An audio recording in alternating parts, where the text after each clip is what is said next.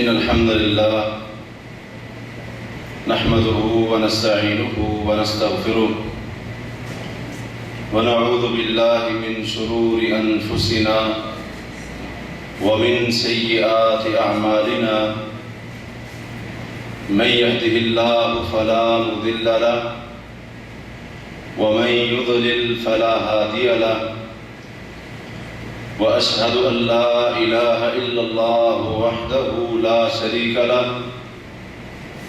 وأشهد أن محمدًا عبده ورسوله من يطع الله ورسوله فقد رشد واهتدى ومن يعص الله ورسوله فقد ضل وغوى أما بعد فإن خير الحديث كتاب الله وخير الهدي هدي محمد صلى الله عليه وسلم وشر الأمور محدثاتها وكل محدثة بدعة وكل بدعة ضلالة وكل ضلالة في النار يا أيها الذين آمنوا اتقوا الله حق تقاته ولا تموتن إلا وأنتم مسلمون يا أيها الناس اتقوا ربكم الذي خلقكم من نفس واحدة وخلق منها زوجها وبث منهما رجالا كثيرا ونساء واتقوا الله الذي تساءلون به والأرحام إن الله كان عليكم رقيبا يا أيها الذين آمنوا اتقوا الله وقولوا قولا سديدا يصلح لكم أعمالكم ويغفر لكم ذنوبكم ومن يطع الله ورسوله فقد فاز فوزا عظيما اللهم صل على محمد وعلى آل محمد كما صليت على إبراهيم وعلى آل إبراهيم إنك حميد مجيد اللهم بارك على محمد وعلى آل محمد كما باركت على إبراهيم وعلى آل إبراهيم إنك حميد مجيد رب اشرح لي صدري ويسر لي أمري واحلل عقدة من لساني يفقه قولي سبحانك لا علم لنا إلا ما علمتنا إنك أنت العليم الحكيم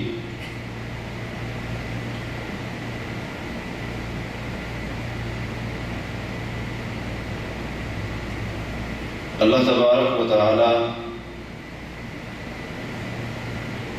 جس نے اس پوری کائنات کو پیدا فرمایا، جو اس پوری کائنات کا تمام جہانوں کا خالق اور مالک ہے، اس کی بنائی ہوئی یہ کائنات اتنی بڑی، عظیم اور وسیع ہے کہ اس کائنات کی وسعت کا اندازہ آج تک کوئی بھی نہیں لگا سکا، اور اس کی بنائی ہوئی اس کائنات میں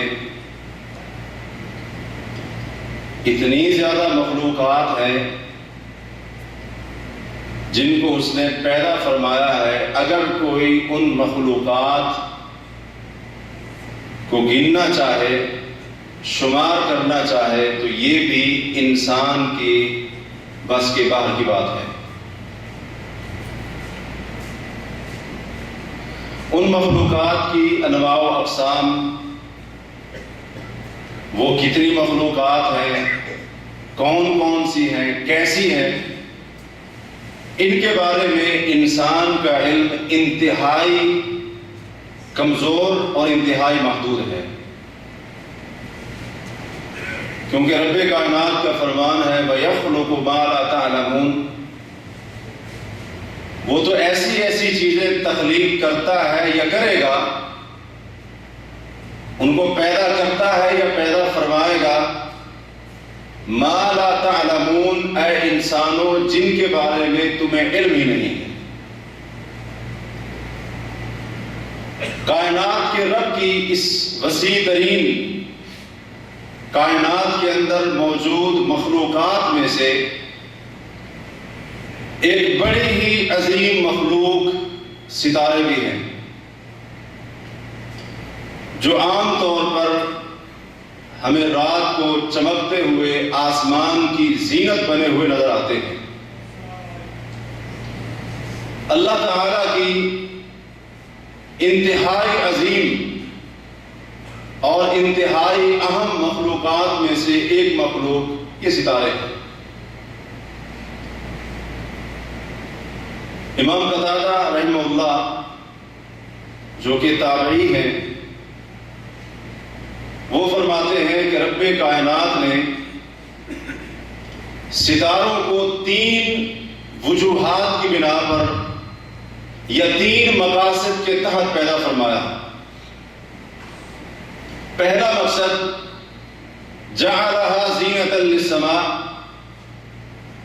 اللہ نے ان ستاروں کو آسمان کی خوبصورتی اور زینت کا ذریعہ بنایا، جیسا کہ اللہ تعالیٰ نے سورہ ملک کے اندر فرمایا وَلَقَدْ زَيَّنَّا السَّمَاءَ الدُّنْيَا بِمَصَابِيحَ، کہ یقیناً ہم نے آسمان دنیا کو چراغوں کے ساتھ مزین کیا ہے، اور ان چراغوں سے مراد ستارے ہیں۔ ستاروں کے ذریعے رب کائنات نے اس آسمان کے حسن، خوبصورتی اور زینت کے اندر اضافہ فرمایا۔ یہ پہلا مقصد، پہلی حکمت ان کو پیدا کرنے کی۔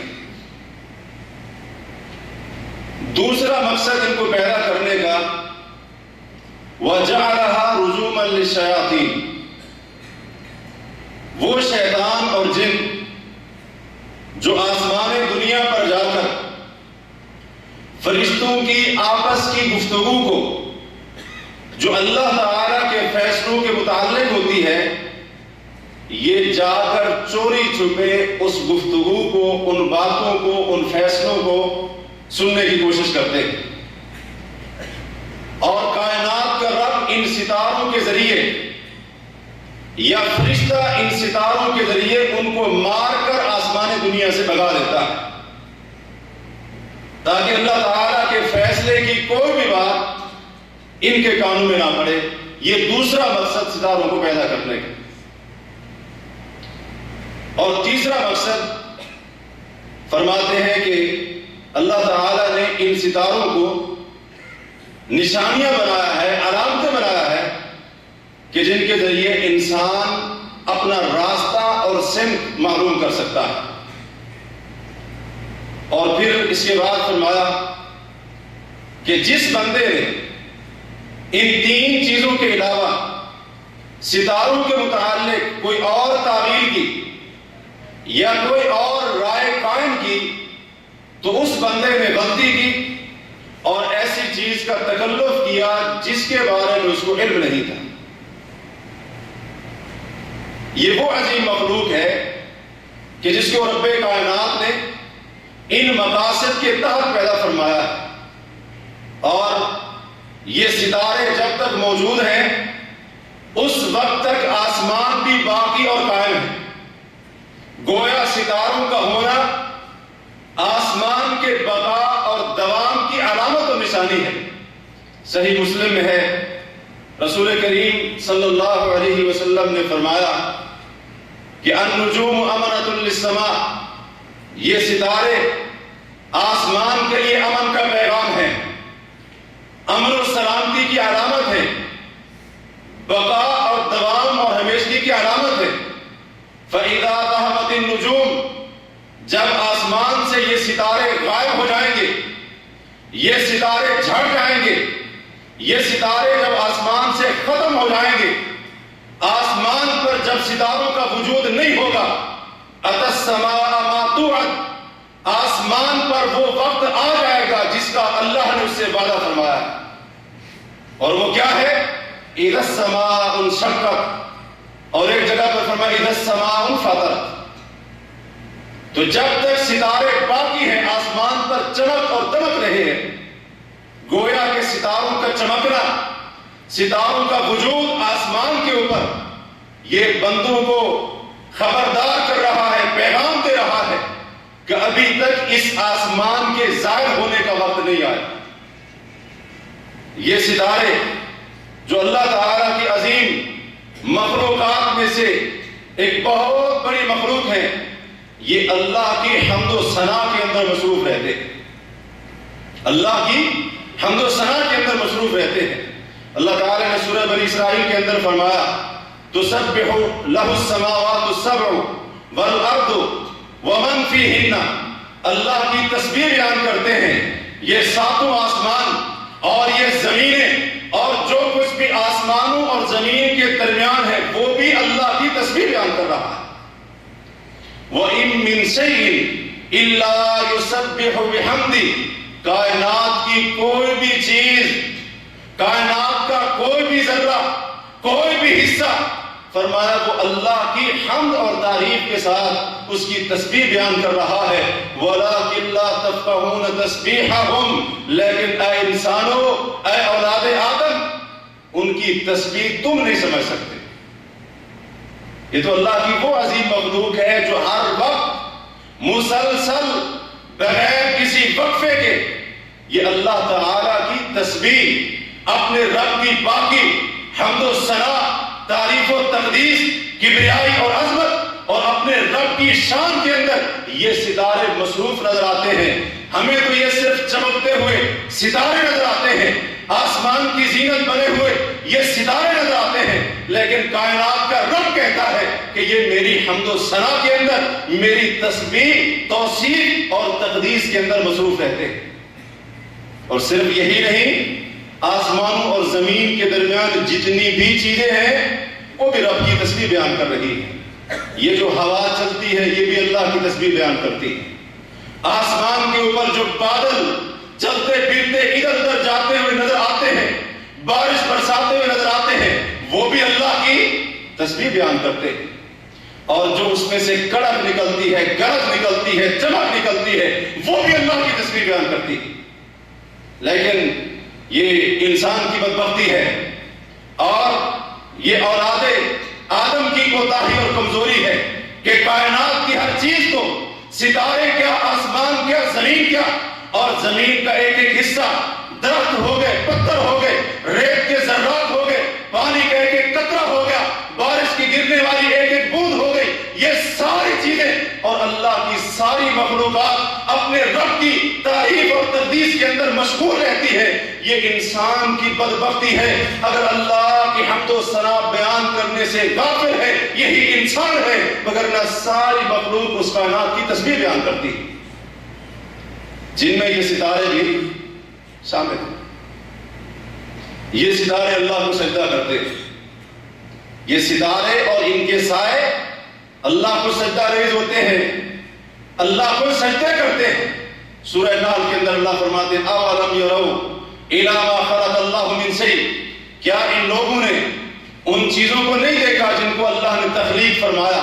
جن کو رب نے پیدا فرمایا۔ يَتَفَيَّأُ ظِلَالُ عَنِ الْيَمِينِ وَالشَّمَائِلِ سُجَّدًا لِلَّهِ وَهُمْ دَاخِرُونَ، کہ ان کے سائے کبھی دائیں طرف سے جھکتے ہوئے اور کبھی بائیں طرف سے جھکتے ہوئے نظر آتے ہیں۔ یہ جھکتے کیوں ہیں؟ فرمایا سجدًا للہ، جب دائیں طرف سے جھکتے ہیں تب بھی اللہ کو سجدہ کرتے ہیں، اور جب بائیں طرف جھکتے ہیں، مائل ہوتے ہیں، تب بھی اللہ کو سجدہ کرتے ہیں۔ جو بھی اللہ نے چیز پیدا فرمائی، یہ جب دائیں طرف ان کا سایہ جھکتا ہے، بائیں طرف جھکتا ہے،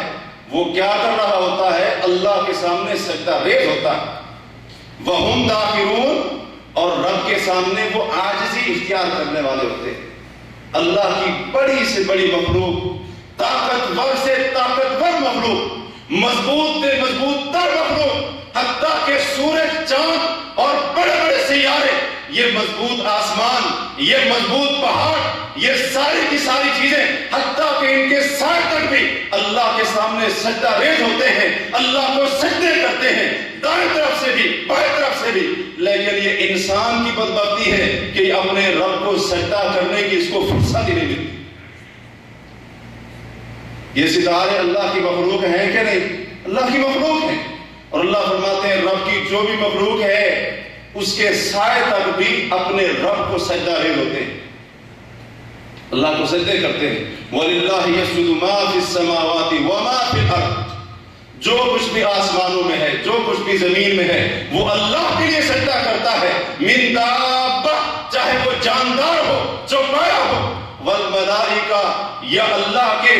بڑی عظیم مخلوق فرشتے ہوں، وَهُمْ لَا يَسْتَكْبِرُونَ، اللہ کے سامنے سجدہ ریز ہونے سے وہ تکبر اور غرور نہیں اختیار کرتے۔ جو کچھ بھی آسمان میں ہے، جو کچھ بھی زمین میں ہے، وہ اللہ کے سامنے سجدہ ریز ہوتا ہے۔ یہ ستارے اللہ کو سجدے کرتے ہیں۔ اللہ تعالیٰ کی اتنی عظیم مخلوق جس کو اللہ تعالیٰ نے مختلف حکمتوں کے تحت پیدا فرمایا، زمانے جاہلیت میں اسلام کی آمد سے قبل بہت اس مخلوق کے بارے میں گمراہی کا شکار ہو گئے، گمراہ ہو گئے، صراط مستقیم سے ہٹ گئے، اس مخلوق کے بارے میں عجیب و غریب باتیں گھڑ لی، عجیب و غریب طریقے اور اسی طرح سے انداز اختیار کر لیے۔ اس اللہ تعالیٰ کی عظیم مخلوق کے متعلق عجیب و غریب قسم کے عقائد اور نظریات اسلام کی آمد سے قبل زمانہ جاہلیت کے لوگوں نے اس اللہ کی مخلوق کے متعلق کر لیے تھے۔ اس زمانے کے لوگوں کا ان ستاروں کے متعلق ایک نظریہ یہ تھا کہ وہ ان کی عبادت کرتے تھے، ان سے فائدہ حاصل کرنے کے لیے اور اسی طرح نقصان سے بچنے کے لیے، فوائد کو سمیٹنے کے لیے، خسارے سے بچنے کے لیے اس عظیم مخلوق کی، ان ستاروں کی عبادت کیا کرتے تھے۔ اسلام آیا اور اسلام نے اس چیز کی تردید فرما دی۔ حضرت ابراہیم علیہ السلام جو رسول کریم صلی اللہ علیہ وسلم سے کئی صدیاں پہلے تشریف لائے تھے، قرآن گواہ ہے اس بات کے اوپر کہ ان کی قوم ستارہ پرستی کے اندر مبتلا تھی، ستاروں کی عبادت کرتی تھی، ستاروں کی عبادت، سورج کی عبادت، چاند کی عبادت، بتوں کے ساتھ ساتھ یہ اللہ تعالیٰ کی مخلوقات، یہ ستارے، یہ سورج، یہ چاند، ان کی عبادت کے اندر بھی وہ مبتلا تھے، ان کی عبادت بھی کرتے تھے۔ تو حضرت ابراہیم علیہ السلام نے بڑے ہی اثر انداز سے، حکمت والے انداز سے اپنی قوم کو سمجھانا چاہا۔ ستارہ طلوع ہوتا ہے، ان کے سامنے کہنے لگے ٹھیک ہے میں نے مان لیا یہ رب ہے، لیکن ستارہ جو ہی غائب ہوا تو کہنے لگے میں غروب ہونے والوں کو، چھپ جانے والوں کو پسند نہیں کرتا۔ یعنی لوگوں جو ستارہ خود چھپ گیا ہے وہ کیا تمہیں ترقی دے گا، کیا تمہیں فائدہ دے گا؟ اگلی رات ہوتی ہے، چاند کو دیکھا، کہنے لگے ٹھیک ہے یہ میرا رب ہے، میں نے مان لیا۔ چاند چمکتا ہوا دیکھ کر کہا کہ میرا رب ہے، تسلیم کر دیا، مان لیا۔ لیکن جب وہ بھی غروب ہو گیا، وہ بھی چھپ گیا، تو کہنے لگے لوگوں اگر میرے اللہ نے مجھے ہدایت نہ دی تو میں گمراہ لوگوں میں سے ہو جاؤں گا۔ یعنی جو چاند اس کی روشنی خود باقی رہنے والی نہیں ہے، وہ چاند تمہاری زندگی میں کیا رہنمائی کرے گا؟ اگلا مرحلہ آتا ہے، سورج کو دیکھا، کہا ٹھیک ہے یہ بہت بڑا ہے، یہ میرا رب مان لیا۔ لیکن جب وہ بھی غروب ہو گیا تو کہنے لگے ہے میری قوم جن کی تم عبادت کرتے ہو ان سب سے میں بیزاری اور برات کا اعلان کرتا ہوں، اور میں نے اپنے چہرے کو، میں نے اپنے منہ کو اس رب کی طرف پھیر دیا ہے جس رب نے سورج کو بھی پیدا کیا، چاند کو بھی پیدا کیا، اور اسی طرح سے ستاروں کو بھی اس رب نے پیدا فرمایا۔ ان تمام مخلوقات کا وہ رب ہے، جب وہ سب کا رب ہے، سب کا خالق اور مالک ہے، میں اپنا چہرہ بھی یکسو ہو کر اسی کی طرف پھیرتا ہوں۔ ستاروں کی عبادت کے اندر حضرت ابراہیم کی قوم ملوث۔ اسی طرح سورۃ النمل کے اندر اللہ تعالی نے بتایا ہے کہ ہدہد نے آ کر سیدنا سلیمان علیہ السلام کو آ کر خبر دی کہ میں ایک ایسی جگہ پر گیا جہاں پر ایک قوم تھی اور ان کی ایک ملکہ تھی جس کا ایک بہت بڑا تخت تھا، اور وہ ملکہ بھی اور وہ قوم بھی یہ سارے کے سارے سورج کو سجدہ کر رہے تھے، سورج کو سجدہ کر رہے تھے۔ حضرت سلیمان علیہ السلام نے ان کو اسلام کی دعوت دی اور خیر پھر وہ مسلمان ہو۔ سورج کو سجدہ کر رہے ہیں، سورج کی عبادت ہو رہی حضرت سلیمان علیہ السلام کے دور میں۔ اسی طرح نبی علیہ السلام کی آمد سے قبل اسی عرب کے علاقے کے اندر ایک بہت بڑی جماعت تھی جو ستاروں کی عبادت کیا کرتی تھی۔ ستاروں میں ایک ستارہ ہے جس کا نام ہے شعرا ستارہ، اس کی عرب کی ایک بہت بڑی جماعت عبادت کیا کرتی تھی۔ اللہ تبارک و تعالیٰ نے سورہ نجم کے اندر ان کی تردید کرتے ہوئے فرمایا وَأَنَّهُ هُوَ رَبُّ الشِّعْرَى، وہ اللہ ہی شعرا ستارے کا رب ہے۔ ابن کثیر رحمہ اللہ نے اس آیت کی تفسیر میں حضرت عبداللہ بن عباس رضی اللہ عنہ کا، امام مجاہد کا، امام قتادہ کا اور دیگر مفسرین کا قول نقل کیا ہے کہ اس شعرا سے مراد وہ روشن نظر آنے والا ستارہ ہے کہ جس کو مرزم الجوزا بھی یہ عرب نام دیا کرتے تھے، اور عرب کی ایک بہت بڑی جماعت اس کی عبادت کیا کرتے تھے۔ عرب کا ایک بہت بڑا گروہ اس کی عبادت کیا کرتا تھا، اور اس گروہ کے اندر قبیلہ خزاع اور قبیلہ حمیہ کا نام پیش ذکر کیا جاتا ہے۔ یہ عرب کے دو بڑے قبیلے اس شعرا ستارے کی عبادت کے اندر مبتلا تھے اور اس کی عبادت کیا کرتے تھے۔ اللہ تبارک و تعالی نے فرمایا وَأَنَّهُ هُوَ رَبُّ الشِّعْرَى کہ لوگوں جس شعرا ستارے کی تم عبادت کرتے ہو وہ اللہ اس شعرا ستارے کا بھی رب ہے۔ کیا مانا؟ یعنی جس کو تم رب مان کر عبادت کرتے ہو وہ ستارہ چمکنے میں، وہ ستارہ طلوع ہونے میں، وہ ستارہ غروب ہونے میں، وہ ستارہ ظاہر ہونے میں، وہ ستارہ چھپنے میں، وہ ستارہ ظاہر نظر آنے میں اور وہ ستارہ نظر نہ آنے میں کس کے حکم کا محتاج ہے؟ اللہ کے حکم کا محتاج ہے۔ جب اس شعرا ستارے کا رب اللہ ہے تو اس کا معنی کیا ہے؟ عبادت بھی اسی کے لائق، عبادت کے لائق بھی وہی ہے۔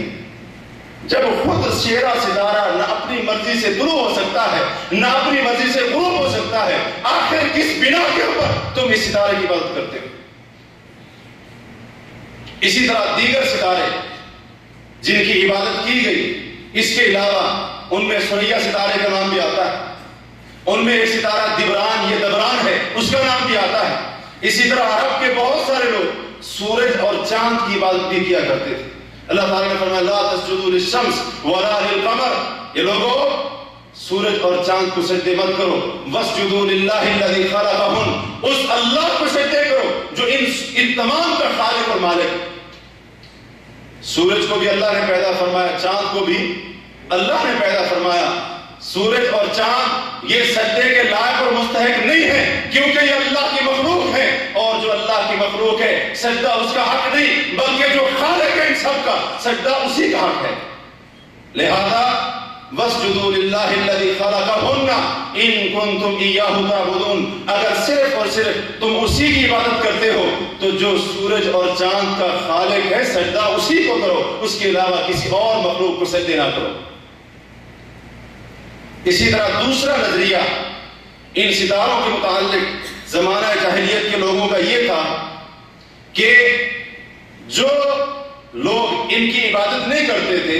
وہ ان کی تعظیم بڑی کرتے تھے، ستاروں کی بڑی تعظیم کرتے تھے، اور اسی طرح اس کائنات کے اندر، دنیا جہان کے اندر ان کی تاثیر کا عقیدہ رکھتے تھے کہ کائنات کے نظام میں ستاروں کی تاثیر کا بھی عمل دخل ہے، یہ ان کا ایمان، عقیدہ اور نظریہ بنا ہوا۔ اللہ تعالیٰ نے ایسے لوگوں کی بھی تردید فرمائی پچھلی گزشتہ آیات کی روشنی میں۔ تیسرا نظریہ جاہلیت کے لوگوں کا ستاروں کے متعلق یہ تھا کہ جیسا کہ عبداللہ بن عباس رضی اللہ عنہ بیان کرتے ہیں، بخاری مسلم کی حدیث ہے، کہتے ہیں کہ مجھے ایک انصاری صحابی نے حدیث بیان کی کہ ایک رات ہم رسول اللہ صلی اللہ علیہ وسلم کے ساتھ تھے، اچانک آسمان کے اوپر ایک ستارہ ٹوٹا، روشن ہوا۔ اللہ کے نبی صلی اللہ علیہ وسلم نے پوچھا ماذا کنتم تقولون فی الجاہلیہ اذا رمی بمثل ھذا، کیا میرے صحابہ یہ بتاؤ کہ جب اس طرح کوئی ستارہ ٹوٹتا، ٹوٹ کر گرتا یا روشن ہوتا، زمانہ جاہلیت میں تم اس کے متعلق کیا کہتے تھے؟ تمہارا کیا نظریہ تھا، کیا سوچتے؟ تو صحابہ نے کہا اللہ و رسول عالم، اللہ اور اس کا رسول بہتر جانتا ہے، ہم تو یہ کہا کرتے تھے کہ جب بھی کوئی ستارہ ٹوٹ کر گرتا آسمان پر روشن ہوتا، ہماری سوچ یہ تھی کہ آج کی رات دنیا کے اندر کوئی عظیم ترین شخصیت اس کی پیدائش ہوئی ہے، یا کوئی عظیم بندہ وہ دنیا سے رخصت ہو گیا ہے، دنیا سے فوت ہو گیا، اس کی وفات ہوئی۔ نبی علیہ الصلوۃ والسلام نے فرمایا نہیں، جیسے تم سوچتے تھے جاہلیت میں ویسا نہیں، بلکہ اللہ تبارک و تعالی جب کوئی حکم دیتا ہے تو اس وقت اللہ کے عرش کو اٹھانے والے فرشتے تسبیح بیان کرتے ہیں۔ یہ تسبیح ساتویں آسمان والے فرشتے سنتے ہیں اور وہ بھی تسبیح بیان کرتے ہیں اللہ کی، پھر چھٹے آسمان والے، حتیٰ کہ یہ تسبیح آسمان دنیا کے فرشتے کرتے ہیں۔ پھر اللہ تبارک و تعالی کا حکم جو اللہ تعالی دیتا ہے اپنے فرشتوں کو،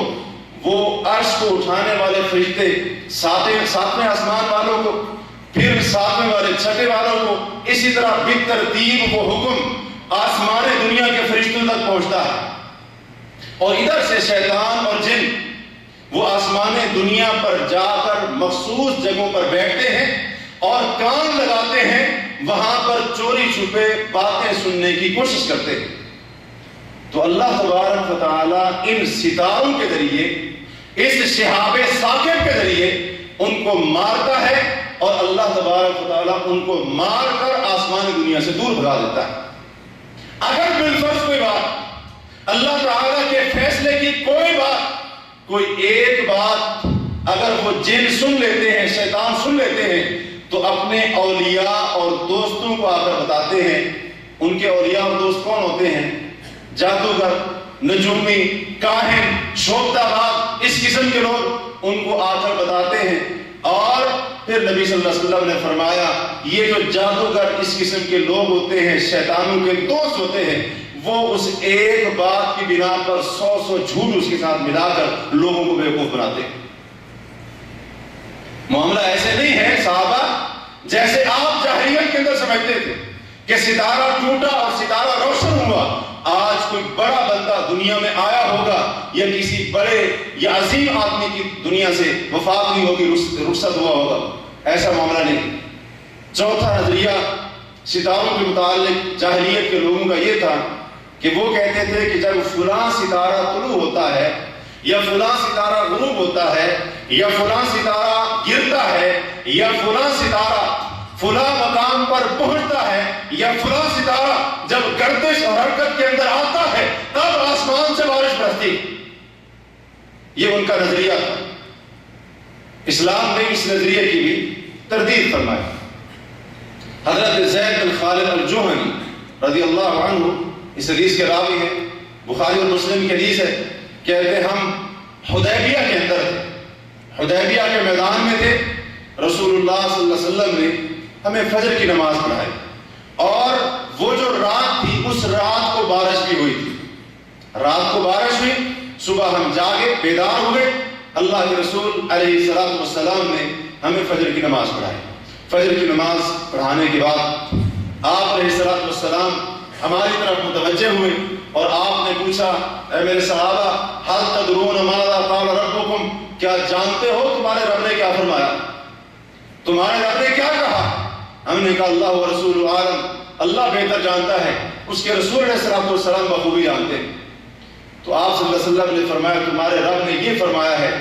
کہ اصبح من عبادی مؤمن بی و کافر بی، میرے بندوں میں سے کچھ بندوں نے اس حال میں صبح کی ہے کہ مجھ پر ایمان لانے والے ہیں، اور کچھ دیگر بندوں نے اس حالت کے اندر صبح کی ہے کہ وہ میرے ساتھ کفر کرنے والے ہیں۔ فَأَمَّا مَنْ قَالَ مُطِرْنَا بِفَضْلِ اللَّهِ وَرَحْمَتِهِ، جس بندے نے یہ کہا کہ ہمیں یہ بارش اللہ کی مہربانی اور رحمت کی وجہ سے ملی ہے، رب نے مہربانی کی، اللہ نے کرم کیا، اللہ نے رحمت کی اور اس بارش کو ہم پر برسایا، فرمایا فَذَلِكَ مُؤْمِنٌ بِي وَكَافِرٌ بِالْكَوَاكِبِ، ایسا بندہ مجھ پر ایمان رکھنے والا ہے، ستاروں کے ساتھ کفر کرنے والا ہے۔ وَأَمَّا مَنْ قَالَ مُطِرْنَا بِنَوْعِ كَذَا وَكَذَا، اور جس بندے نے یہ کہا کہ فلاں ستارے کے طلوع یا غروب ہونے کی وجہ سے، یا اس کے فلاں مقام پر پہنچنے کی وجہ سے، یا اس کے ظاہر ہونے کی وجہ سے یا اس کی گردش یا حرکت کی وجہ سے ہم پر اللہ نے بارش برسائی یا اس کی وجہ سے اس کی تاثیر کی بنا پر یہ بارش ہم پر برسی تو فرمایا فذالک مؤمن بالکواکب، ایسا بندہ ستاروں پر ایمان رکھنے والا ہے، وکافر بالکواکب، اپنے رب کے ساتھ کفر کرنے والا ہے۔ ستاروں پر ایمان ہے اس کا، اللہ کی ذات کے ساتھ اس نے کفر کیا۔ تو اس نظریے کی بھی اللہ تعالی نے تردید فرمائی،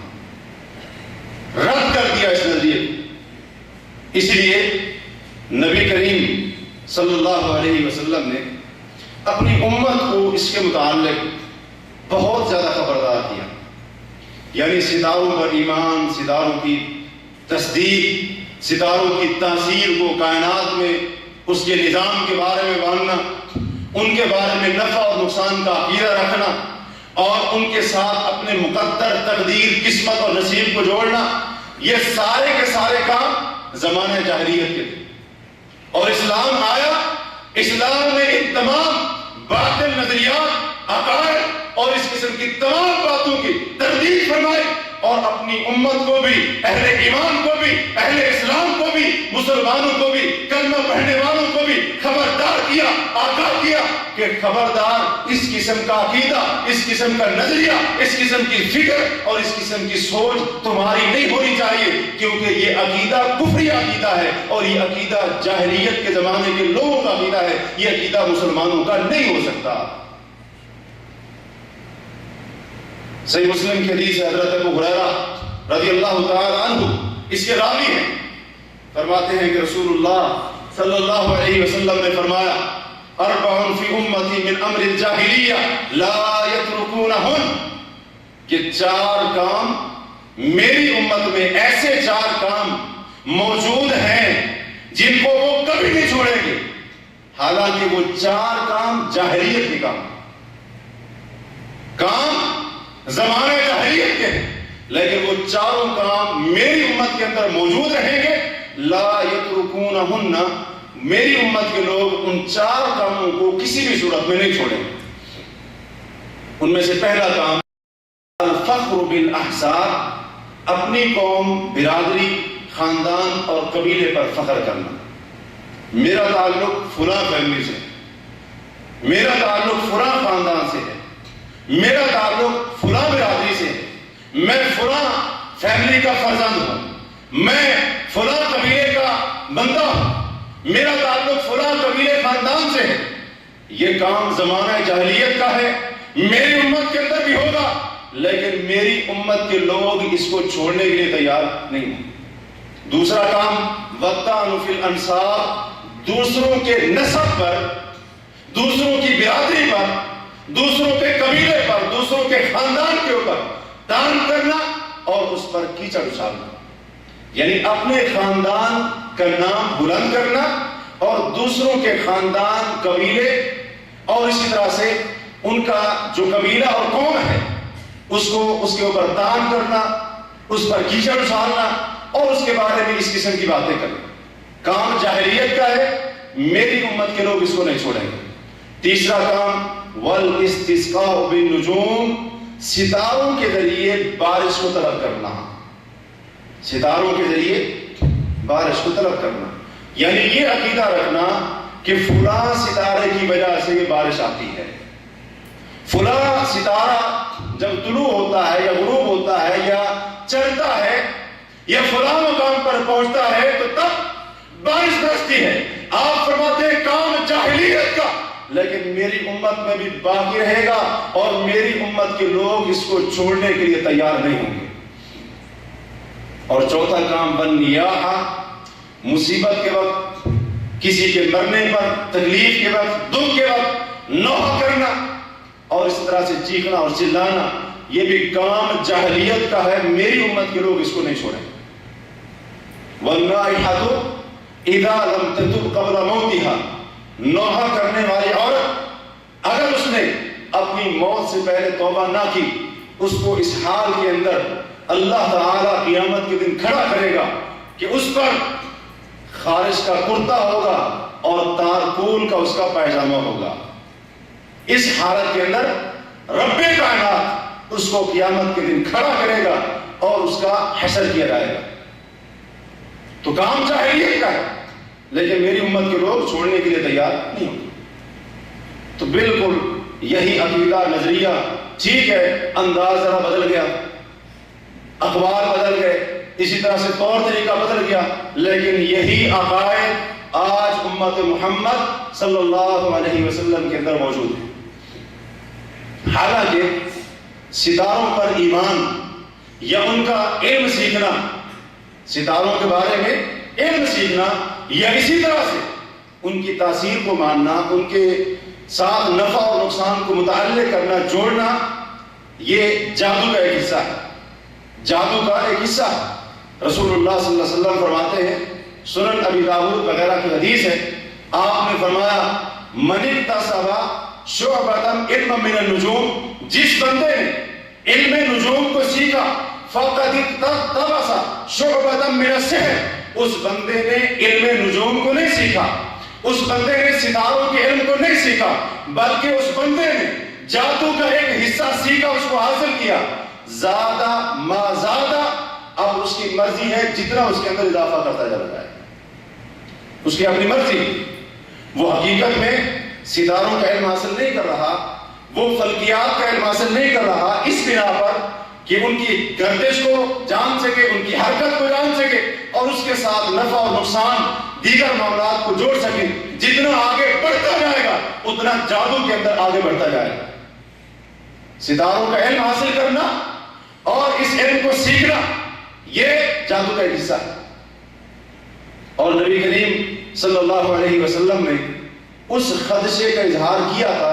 کہ جس کے اندر آج امت محمد صلی اللہ علیہ وسلم بڑی بری طرح سے ملوث ہو چکی ہے. حتیٰ کہ بڑے اچھے قسم کے لوگ، سیانے قسم کے لوگ، اور پڑھے ہوئے، ماسٹر کیا ہوا، پی ایچ ڈی کی ہوئی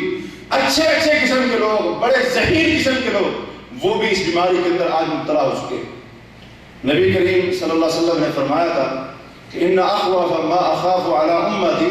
فی آخر زمانها، کہ اپنی امت کے متعلق اس کے آخری زمانے میں مجھے جس چیز کا سب سے زیادہ خوف اور ڈر ہے، فرمایا النجوم، وہ ستارے ہیں. اور دوسری چیز وہ تکذیب بالقدر، تقدیر کا انکار کرنا، اس کو جھٹلانا ہے. اور تیسری چیز وہ حیف السلطان، حاکم وقت کا، سلطان کا، بادشاہ کا ان کے اوپر ظلم کرنا ہے. اس امت کے آخری زمانے میں جس چیز کا مجھے سب سے زیادہ ڈر اور خوف ہے، آپ نے فرمایا تین چیزیں ہیں. پہلے نمبر پر ستارے، دوسری چیز تقدیر کو جھٹلانا، اور تیسری چیز بادشاہ کا، حاکم وقت کا ان کے اوپر ظلم کرنا. آج یہ تینوں چیزیں ہیں کہ نہیں؟ موجود ہیں. جس چیز کا نبی علیہ الصلوۃ والسلام نے جس چیز سے ڈر کا اظہار کیا تھا اور آخری زمانے کا نام لیا تھا، یہ تینوں چیزیں آج امت کے اندر موجود ہیں. ایک روایت کے لفظ ہے کہ آپ صلی اللہ علیہ وسلم نے فرمایا مجھے اپنی امت کے بارے میں اپنے بعد سب سے زیادہ جس چیز کا خوف اور خطرہ ہے وہ ہے ایمان بالنجوم، ستاروں پر ایمان لانا ہے. ایک اور روایت کے لفظ ہے وتصدیق بالنجوم، جس کا سب سے زیادہ خطرہ ہے وہ ہے ستاروں کی تصدیق کرنا، یعنی ان کی تاثیر کو ماننا، ان پر ایمان لانا اور ان کی تصدیق کرنا. آج کیا مسلمانوں کے اندر یہ جملے عام نہیں ہیں کہ فلاں کے مقدر کا ستارہ بڑا خوب چمک رہا ہے؟ کیا یہ جملے عام نہیں ہیں؟ فلاں کا ستارہ گردش میں ہے، فلاں کے مقدر اور قسمت کا ستارہ خوب حرکت کے اندر ہے، خوب عروج کے اوپر ہے، جس کی وجہ سے اس کا کاروبار بھی درست ہے، اس کی زندگی بھی درست ہے، اور ہر اعتبار سے وہ پرسکون ہے، مطمئن ہے. اور فلاں کی قسمت کا ستارہ وہ گردش میں نہیں ہے، حرکت میں نہیں ہے، عروج پر نہیں ہے، لہذا اس کے حالات درست نہیں ہے، کاروبار کے اندر بھی نقصان ہے، ازدواجی زندگی بھی ٹھیک نہیں ہے، دیگر معاملات بھی درست نہیں ہے. کیا آج یہ باتیں مسلمانوں کی اکثریت نہیں کرتی ہے؟ کہتے ہیں مقدر کا ستارہ خوب گردش کے اندر ہے، قسمت کا ستارہ خوب چمک رہا، بھائی اس کے کاروبار کے اندر اس کو نفع کیوں نہ ہو؟ بھائی اس کا ستارہ گردش میں ہے۔ یہ باتیں ہیں کہ نہیں؟ آج یہ باتیں ہیں۔ اور نبی علیہ الصلوۃ والسلام نے فرمایا تھا سب سے زیادہ خطرہ اسی چیز کا ہے اپنی امت کے بارے میں، اسی چیز کا ہے۔ اور آج مسلمانوں نے نفع اور نقصان کو ستاروں کے ساتھ جوڑ دیا۔ کہتے ہیں اس کا ستارہ فلاں ہے، اسی وجہ سے اس کو فائدہ ہی فائدہ ہوتا ہے، فلاں کا ستارہ فلاں ہے لہذا اس کو نقصان ہوتا ہے۔ اور اللہ کے بندو، یہ جو اخبارات آتے ہیں، یہ جو رسالے آتے ہیں، خاص طور پر ہفتہ وار سنڈے میگزین ہے وغیرہ وغیرہ، اور ان کے اندر ایک پورا صفحہ نہیں ہوتا جس پر لکھا ہوتا ہے آپ کا ہفتہ کیسا رہے گا، نہیں لکھا ہوتا۔ اور کہیں پر لکھا ہوتا ہے ستارے کیا کہتے ہیں، لکھا ہوتا ہے کہ نہیں لکھا ہوتا؟ اور وہاں پر لکھا ہوتا ہے کہ یہ ستارے ہیں، ان میں سے آپ کا جو ستارہ ہے اس کے مطابق آپ کا آئندہ ہفتہ وہ ایسے ایسے گزرے۔ یہ جناب خود ہے، یہ جوزا ہے، یہ ثور ہے، یہ فلاں ہے، یہ فلاں ہے، ان میں سے جو ستارہ آپ کا ہوگا آئندہ ہفتہ ان معلومات کے مطابق آپ کا آئندہ ہفتہ ایسے گزرے گا۔ کیا یہ ستارہ پرستی نہیں ہے؟ کیا یہ وہ عقیدہ نہیں ہے جو زمانہ جاہلیت کے اندر جاہلیت کے لوگوں کا تھا؟ اور عرض کر چکا ہوں، صرف انداز بدلا ہے، صرف الفاظ بدلے ہیں، صرف طریقہ بدلا ہے، عقیدہ وہی آج اس امت کے اندر موجود ہے۔ رسول کریم علیہ الصلوۃ والسلام نے سچ فرمایا، کام جاہلیت کا ہے، اس امت کے اندر بھی ہوگا، لیکن اس امت کے لوگ اس کو نہیں چھوڑیں گے۔ اور آج یہ باتیں عام ہیں، مغرب کے لوگوں کو دیکھ کر، عیسائیوں کو دیکھ کر، یہودیوں کو دیکھ کر، ہندوؤں کو دیکھ کر، بے دین قسم کے لوگوں کو دیکھ کر، سیکولر قسم کے لوگوں کو دیکھ کر، جن کا کسی دین کے ساتھ، کسی مذہب کے ساتھ کوئی تعلق نہیں ہے، کہتے ہیں جی آپ کا سٹار کون سا ہے، آپ کا ستارہ کون سا ہے؟ کس ستارے مانتے ہیں؟ کس ستارے پر آپ کا یقین ہے؟ کس ستارے پر آپ کا ایمان ہے؟ کیا یہ ستارہ پرستی نہیں ہے؟ کیا یہ اللہ کی ذات کے ساتھ کفر نہیں ہے؟ اور یہ ستاروں کے اوپر ایمان رکھنے والی بات نہیں ہے؟ صفحے کے صفحے بڑے بڑے، اور ماشاءاللہ آج آپ کو اخبارات کے اوپر بھی یہ اشتہارات ملیں گے، میگزینوں کے اندر بھی اشتہارات ملیں گے، فلاں جناب پروفیسر ہے، فلاں ماہر علم نجوم ہے، فلاں ماہر فلکیات ہے، یہ کیمسٹری کا پروفیسر ہے، بڑا اچھا جانتا ہے ستاروں کی گردش دیکھ کر، آپ کی ہاتھوں کی لکیریں دیکھ کر، اور اسی طرح سے ان ہاتھوں کی لکیروں کو آپ کے ستارے کی گردش کے ساتھ ملا کر آپ کی قسمت کا حال بتا سکتا ہے۔ کیا ایسے لوگ، ایسا دعویٰ کرنے والے ہمارے معاشرے کے اندر نہیں ہیں؟ حالانکہ وہ کلمہ پڑھنے والے ہیں، اور مسلمانوں کی کثیر تعداد ان کے پاس جاتی ہے اور ان کی باتوں پر یقین بھی کرتی ہے، بلکہ اتنا اللہ کی ذات گواہ ہے، اتنا آج مسلمانوں کو اپنے رب کی اور اس کے رسول صلی اللہ علیہ وسلم کی باتوں پر یقین نہیں ہوتا جتنا نجومی، کاہن، عامل، بابا وغیرہ کی باتوں پر یقین ہوتا ہے۔ اللہ کی ذات اس کے اوپر گواہ ہے، حالانکہ مسلمان۔ تو کیا یہ ستارہ پرستی نہیں ہوتی؟ ایسے ہی لوگ جاہلیت کے زمانے میں موجود تھے، اگر اس وقت وہ غلط آپ موجود ہو، سب ٹھیک ہے۔ یہ کون سا دین ہے؟ یہ کیسا ایمان ہے کہ جس ایمان کے ہوتے ہوئے مسلمان اپنے رب کے ساتھ کفر کر بیٹھے اور ستاروں پر اس کو یقین ہو؟ اتنا اللہ کی ذات پر یقین اور توکل اور اعتماد نہ ہو جتنا ستاروں کی حرکت پر، ان کی گردش پر یقین ہو، یا جتنا ستاروں کا علم رکھنے والے کی زبان پر کہ اس کی بات کے اوپر یقین ہو۔ یہ کون سا ایمان ہے؟ یہ کون سا اسلام ہے؟ یہ کون سا عقیدہ؟ اللہ کے لیے کوئی ایک ایسی آیت کہ جس کے اندر رب کائنات نے فرمایا ہو کہ فلاں ستارہ تمہارا ہوگا، تمہارا آئندہ ہفتہ، تمہاری آئندہ زندگی، تمہارا آئندہ مہینہ ایسے گزرے؟ کسی ایک مقام پر اگر یہ معاملہ تھا، رب نے کیوں نہیں بتایا؟ اگر یہ معاملہ تھا، رسول اللہ صلی اللہ علیہ وسلم نے اپنی امت کی رہنمائی اس طرف کیوں نہیں کی؟ حالانکہ آپ سے بڑھ کر کائنات کے اندر اس امت کا کوئی اور خیر خواہ ہو سکتا ہے؟ نہیں ہو سکتا۔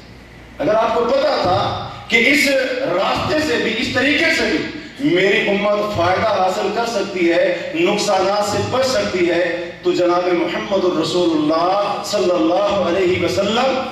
اس طریقے اور راستے کو ضرور بتاتے ہیں۔ کسی صحابی کو آپ نے بتایا، حضرت ابوبکر کا عقیدہ ہو، عمر فاروق کا ہو، عثمان غنی کا ہو، علی المرتضیٰ کا ہو، عشرہ مبشرہ کا ہو، دیگر کسی کا ہو، کوئی ایک صحابی، کوئی ایک تابعی، تبع تابعین میں سے صرف مغرب کی تقلید کے اندر اور ان کے پیچھے دوڑتے ہوئے، بھاگتے ہوئے، عیسائیوں کی انتی جو ہے نا تقلید کے اندر، یہودیوں کی مشابہت کرتے ہوئے، ہندو کی مشابہت کرتے ہوئے، دیگر مجوسیوں کی، ستارہ پرستوں کی، اور جو فلکیات کو پوجنے والے ہیں، سورج کو عبادت کرنے والے ہیں، چاند کی عبادت کرنے والے ہیں، اور ہر چیز کے آگے جھکنے والے، صرف ان کی اندھی تقلید کرتے ہوئے مسلمان بھی ان کے نقشے قدم پر چلتے ہوئے کہتے ہیں کہ میرا ستارہ فلاں ہے، کہتے ہیں فلاں کا ستارہ فلاں ہے، اور اس کی وجہ سے نقصان بھی ہوگا، اس کی وجہ سے فائدہ بھی ہوگا، اور فلاں ستارے کی وجہ سے ترقی ملے گی، فلاں ستارے کی وجہ سے نقصان ہوگا، اور انسان زوال کا شکار ہوگا۔ یہ عقیدہ مسلمانوں کا نہیں ہے، یہ اہل ایمان کا عقیدہ نہیں ہے۔ اہل ایمان کیا ہوتے ہیں؟ مؤمن بی و کافر بالکواکب، ایمان والوں کو اپنے رب پر یقین ہوتا ہے اور کافروں کے ساتھ وہ، ستاروں کے ساتھ وہ کفر کرتے ہیں۔ یہ ہے اہل ایمان کا عقیدہ، اہل ایمان کا عقیدہ۔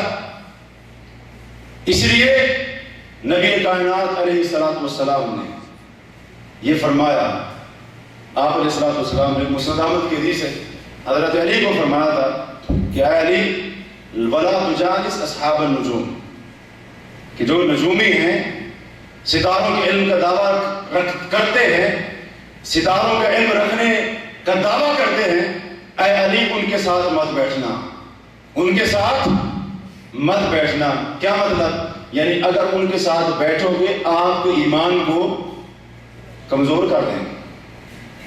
اگر علی رضی اللہ تعالیٰ عنہ جیسے پکے اور سچے مومن کو اللہ کے رسول علیہ الصلوۃ والسلام نجومی اور اس قسم کے لوگوں کے ساتھ بیٹھنے سے منع فرما رہے ہیں، تو آج ایک ادنا سے ایمان والا، کمزور سا ایمان رکھنے والا مسلمان، اس کو بالاولیٰ آپ علیہ الصلوۃ والسلام نے اپنے اس فرمان کے اندر منع فرما دیا کہ کسی نجومی کے پاس جائے، کسی کو جا کر اپنے ہاتھ کی لکیریں دکھائے، کیونکہ اس کا ایمان تو ہے ہی تھوڑا سا، ہے ہی کمزور تھا، کوئی بھی اس کو کیا کر لے گا، آسانی سے گمراہ کر لے گا۔ اور علی کے ایمان میں کسی کو شک ہے؟ علی کے ایمان میں کسی کو شک ہے؟ رضی اللہ تعالی عنہ، ان کے ایمان کی گواہی اللہ نے خود دی ہے۔ آپ نے ان کو بھی فرمایا، اے علی رضی اللہ تعالی عنہ، آپ نے نجومیوں کے ساتھ نہیں بیٹھنا۔ اسی طرح سے بخاری کے اندر ہے، حضرت معاویہ بن حکم السلمی رضی اللہ تعالی عنہ کہتے ہیں، میں رسول اللہ صلی اللہ علیہ وسلم کے پاس آیا، میں نے کہا اللہ کے رسول صلی اللہ علیہ وسلم، کچھ ایسے کام تھے جو ہم جاہلیت کے اندر کرتے تھے، ان کا کیا حکم ہے مسلمان ہونے کے بعد اسلام میں؟ ان میں سے ایک کام یہ بھی تھا، کننا نأتی الکہان، ہم کاہنوں کے پاس جاتے تھے۔ کاہن کے مختلف معنی کیے گئے ہیں، جن میں سے ایک معنی نجومی بھی ہے، یعنی جو ستاروں کی تاثیر، ان کی نقل و حرکت، گردش، اس کے بارے میں اس کا علم رکھنے کا دعویٰ کرتا اور اس کے ذریعے قسمت وغیرہ کا حال بتانے کا دعویٰ کرتا۔ حضرت معاویہ کہتے ہیں کہ ہم زمانے جاہلیت میں ان کاہنوں کے پاس، نجومیوں کے پاس، جو آئندہ امور کا، باتوں کا، غیب کی باتوں کا، آنے والے معاملات کے بتانے کا دعویٰ کرتے تھے، ہم ان کے پاس جایا کرتے تھے۔ تو اللہ کے رسول صلی اللہ علیہ وسلم نے فرمایا، لا تأتی الکہان، اے معاویہ اب مسلمان ہونے کے بعد کسی نجومی کے پاس آپ نے نہیں جانا، کسی نجومی کے پاس آپ نے نہیں جانا۔ یہ مسلمانوں کو رسول کریم علیہ الصلوۃ والسلام نے منع فرما دیا، روک دیا ہے، اور جانا تو دور کی بات، اللہ کے رسول صلی اللہ علیہ وسلم نے فرمایا کہ اذا ذکر اصحابی فامسکوا، کہ لوگوں جب میرے صحابہ کا ذکر ہونے لگے زبان سنبھال لیا کرو، زبان کو قابو میں رکھا کرو۔ وَإِذَا ذُكِرَتِ النُّجُومُ فَأَمْسِكُوا، جب ستاروں کا ذکر ہونے لگے فَأَمْسِكُوا، خود کو روکا کرو، اپنی زبان پر قابو پا لیا کرو. وَإِذَا ذُكِرَ الْقَدْرُ فَأَمْسِكُوا، جب تقدیر کی بات ہونے لگے تب بھی اپنی زبان کو قابو میں رکھا کرو. یعنی جب ستاروں کی بات ہونے لگے نبی صلی اللہ علیہ وسلم نے فرمایا تب ان کے متعلق بات بھی زبان سنبھال کے کرنی. یعنی نجومیوں کے پاس جانا تو دور کی بات، اگر کہیں پر ستاروں وغیرہ کا، ان کے علم وغیرہ کا ذکر ہو رہا ہے تو آپ نے فرمایا مسلمانوں اپنی اس زبان کو قابو میں رکھنا ہے. کیا مطلب؟ کہیں ایسا نہ ہو تمہاری زبان سے ستاروں کے متعلق کوئی اونچ نیچ ہو گئی، کوئی ایسی ویسی بات نکل گئی جو ایمان کے خلاف ہوئی تو رب کائنات اس بات کو ناپسند فرمائے. لہذا جب ستاروں کا ذکر ہو تو تب اپنی زبان کو قابو میں رکھیں. یہ عقیدہ رکھنا کہ ستاروں کی تاثیر ہے، نفع اور نقصان کو ستاروں کے ساتھ جوڑنا، ترقی اور تنزلی کو ستاروں کے ساتھ جوڑنا، اور اسی طرح سے ستاروں کی گردش، نقل و حرکت، ان کی تاثیر کو ماننا، اس بات پر ایمان رکھنا کہ ستاروں کی بھی کائنات کے نظام کے اندر تاثیر ہے اور ان کے اوپر ایمان رکھنا، اس کی تصدیق کرنا، یا جو ستاروں کا دعویٰ کرنے والے ان کے علم کا یا ان کی حرکت اور چال کو دیکھ کر قسمت کا حال بتانے والے ہیں ان کی تصدیق کرنا اور ان کی تصدیق والا عقیدہ رکھنا، یہ نظریہ اور سوچ رکھنا، یہ اسلام کے اندر مسلمان کے لیے بہت بڑا خطرناک عقیدہ ہے، بہت خطرناک عقیدہ ہے کہ جس کی بنا پر کسی مسلمان کا ایمان وہ باقی نہیں رہ سکتا، بلکہ جب ایسا عقیدہ مسلمان کا ہوگا ایمان رخصت ہو جائے گا، ایمان باقی نہیں رہے گا. مسند احمد، ابو داؤد، ترمذی، ابن ماجہ وغیرہ کی حدیث ہے، نبی کریم صلی اللہ علیہ وسلم نے فرمایا من اتی کاہنا او عرافا، جو بندہ کسی نجومی کے پاس یا کاہن کے پاس جاتا ہے فصدقہ بما یقول، اور اس کی باتوں کی تصدیق کر دیتا ہے، فقد کفر بما انزل علی محمد صلی اللہ علیہ وسلم، جو دین، جو شریعت اور جو قرآن اور جو وحی اللہ نے محمد الرسول اللہ صلی اللہ علیہ وسلم پر نازل فرمائی تھی، اس بندے نے جو کسی نجومی اور کاہن کی باتوں کی تصدیق کرتا ہے اس نے اس دین، شریعت، وحی اور قرآن کا انکار کر دیا. وہ قرآن کا منکر ہے، وحی کا منکر ہے اور اللہ کے دین اور شریعت کے ساتھ کفر کرنے والا ہے. جو کسی کاہن کی باتوں کی، نجومی کی باتوں کی تصدیق کرنے والا کہتا ہے آپ نے سچ کہا، فلاں پروفیسر سچ بولتا ہے، جو کہتا ہے وہی ہوتا ہے، فلاں کاہن اس کے پاس میں گیا تھا، جو اس نے کہا تھا ویسے ہوا. جو ان کی تصدیق کرتا ہے اور یہ عقیدہ اور نظریہ رکھتا ہے اس نے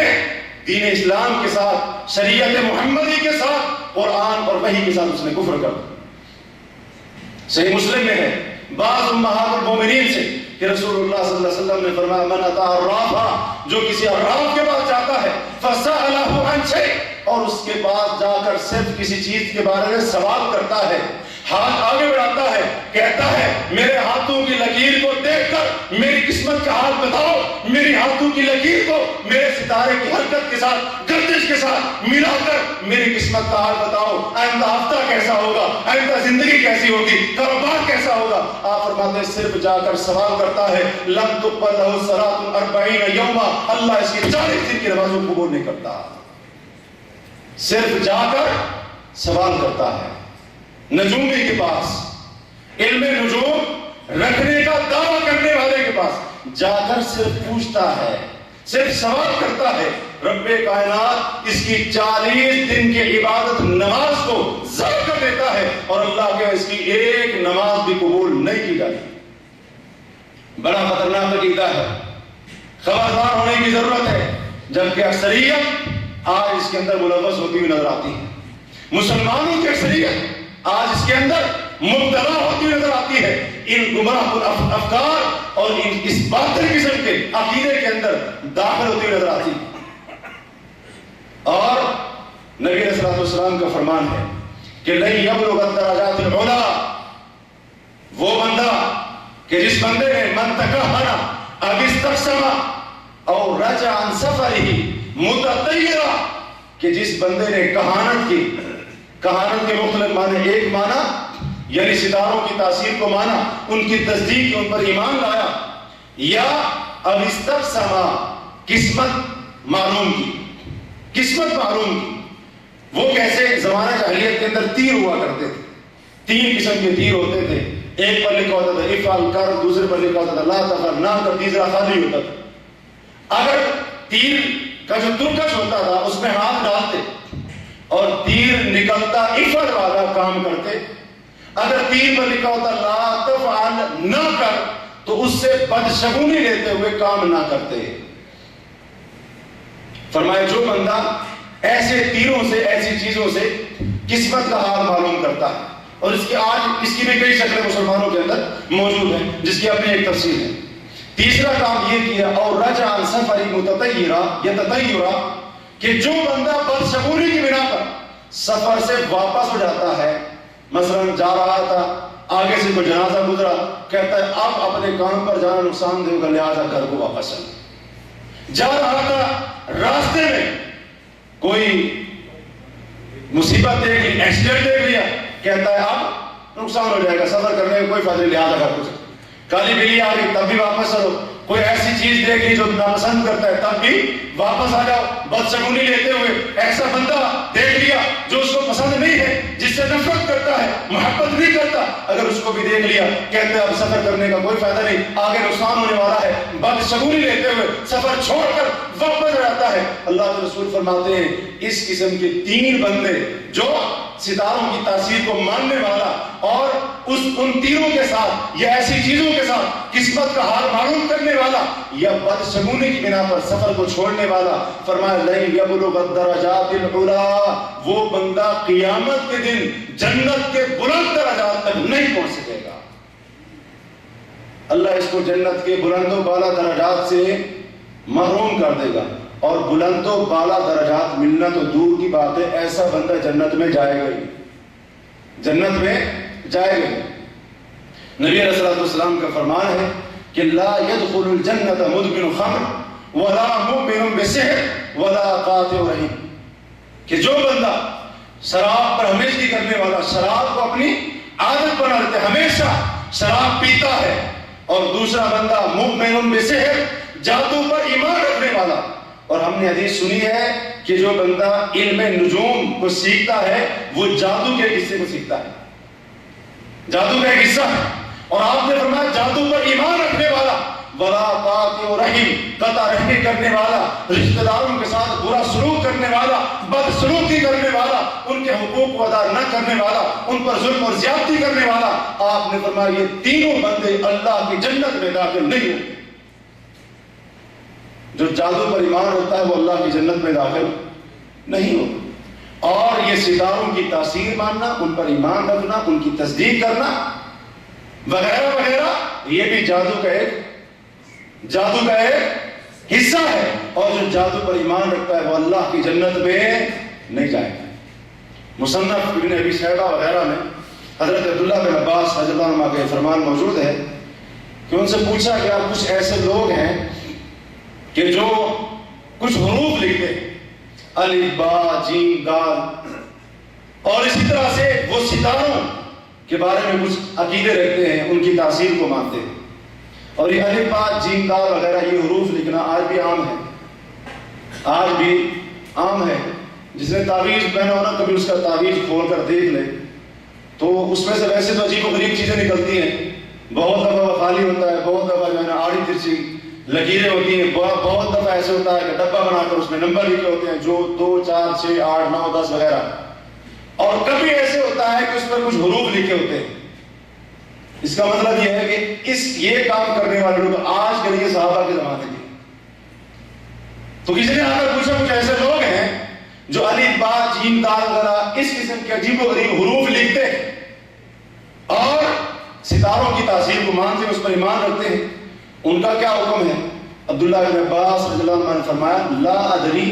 من فعل ذلك لیس له عند اللہ من خلاق، میں نہیں جانتا جو بندہ یہ کام کرنے والا ہے اللہ تبارک و تعالیٰ کے ہاں آخرت میں سے اس کے لیے کوئی حصہ ہو، اللہ اس کو آخرت سے، آخرت کے دن اپنی رحمت سے، درجات سے، اجر و ثواب سے اللہ اس کو محروم کر دے۔ یہ ان کے فرمان کا مطلب ہے۔ امام ابو داؤد رحمہ اللہ ایک راوی ہے، ان کا ذکر کرتے ہیں سلم العلوی، سلم العلوی اس کا نام، یعنی ایسا خطرناک عقیدہ ہے کہ قرون اولیٰ میں سلف صالحین میں کیا سلوک کرتے تھے ایسے بندے کے ساتھ، یہ بھی ہمیں یاد رکھنا چاہیے۔ سلم یا سلم العلوی اس کا ذکر کرتے ہوئے فرماتے ہیں کہ یہ بندہ علوی نہیں ہے، اور کہتے ہیں کہ یہ سلم یا سلم نام کا بندہ کان یبصر فی النجوم، ستاروں کو دیکھا کرتا تھا، یعنی ستاروں کا علم حاصل کرنے کی کوشش کرتا تھا یا ان کی تاثیر کو مانتا تھا۔ عدی بن ارطاط ان کے پاس یہ بندہ آیا اور اس نے آ کر گواہی دی کہ میں نے چاند دیکھا ہے، میں نے چاند دیکھا ہے، رؤیت ہلال کی گواہی دی۔ عدی بن ارطاط نے اس کی گواہی کو قبول نہیں کیا، کیوں؟ کیونکہ اس کا عقیدہ تھا کہ یہ ستاروں کی تاثیر کو مانتا تھا، اس کی گواہی کو قبول نہیں کیا۔ عدی بن ارطاط نے اس کی گواہی کو رد کر دی۔ تو اس لیے اللہ کے بندو، ستاروں کے اندر تاثیر ماننا، میرا فلاں ستارہ ہے، فلاں کا فلاں ستارہ ہے، یہ مختلف قسم کے ستارے،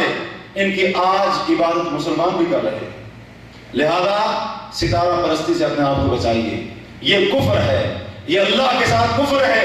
یہ اللہ تبارک و تعالیٰ کی ذات کے ساتھ کفر ہے، اور یہ اللہ کے ساتھ شرک بھی ہے۔ اپنے آپ کو ان کی عبادت سے بچائیے، اپنے عقائد کو، نظریات کو، اپنی سوچ اور فکر کو، اور اسی طرح اپنے ایمان کو، اپنے اسلام کو اس قسم کے تمام باطل جو عقائد اور نظریات ہیں ان سے پاک کیجیے، تب جا کر رب کائنات اعمال قبول کرے گا، تب جا کر نیکیاں فائدہ دیں گی۔ لیکن اگر عقیدے کے اندر ملاوٹ ہوئی، عقیدے کے اندر خلل ہوا، عقیدے کے اندر نقص ہوا، اللہ کی قسم بندہ حج کر لے، بندہ نمازیں پڑھ لے، بندہ روزے رکھ لے، اول سے لے کر آخر تک ساری زندگی اگر اللہ کی عبادت کرتا رہے، اگر عقیدہ ٹھیک نہیں ہوگا، عقیدے میں خلل ہوگا، عقیدے کے اندر عیب اور نقص ہوگا، اللہ اس کی ایک بھی عبادت اور نیکی کو قبول نہیں کرے گا۔ اس لیے ستاروں پر ایمان، ستاروں کی تاثیر، نفع اور نقصان کو ان کے متعلق جوڑنا، اور قسمت، مقدر اور نصیب کو ان کی نقل و حرکت اور اسی طرح سے ان کی چال کے متعلق جوڑنا، یہ مسلمانوں کا عقیدہ نہیں ہے۔ اللہ کے لیے، اللہ کے بندو، اپنے آپ کو ان عقائد سے بچاؤ، اپنے عقائد کو اس قسم کے باطل نظریات سے محفوظ کرو۔ اللہ تبارک و تعالیٰ سے دعا ہے کہ جب تک اللہ زندہ رکھے، اسلام پر ثابت قدم رکھے، اور جب موت آئے ایمان کی حالت میں عقیدہ توحید پر موت آئے اور اعمال صالحہ کے اوپر خاتمہ ہو۔ اقول قولی ھذا واستغفر اللہ لی ولکم ولسائر المسلمین والمسلمات فاستغفروہ انہ هو الغفور الرحیم۔ أشهد أن لا إله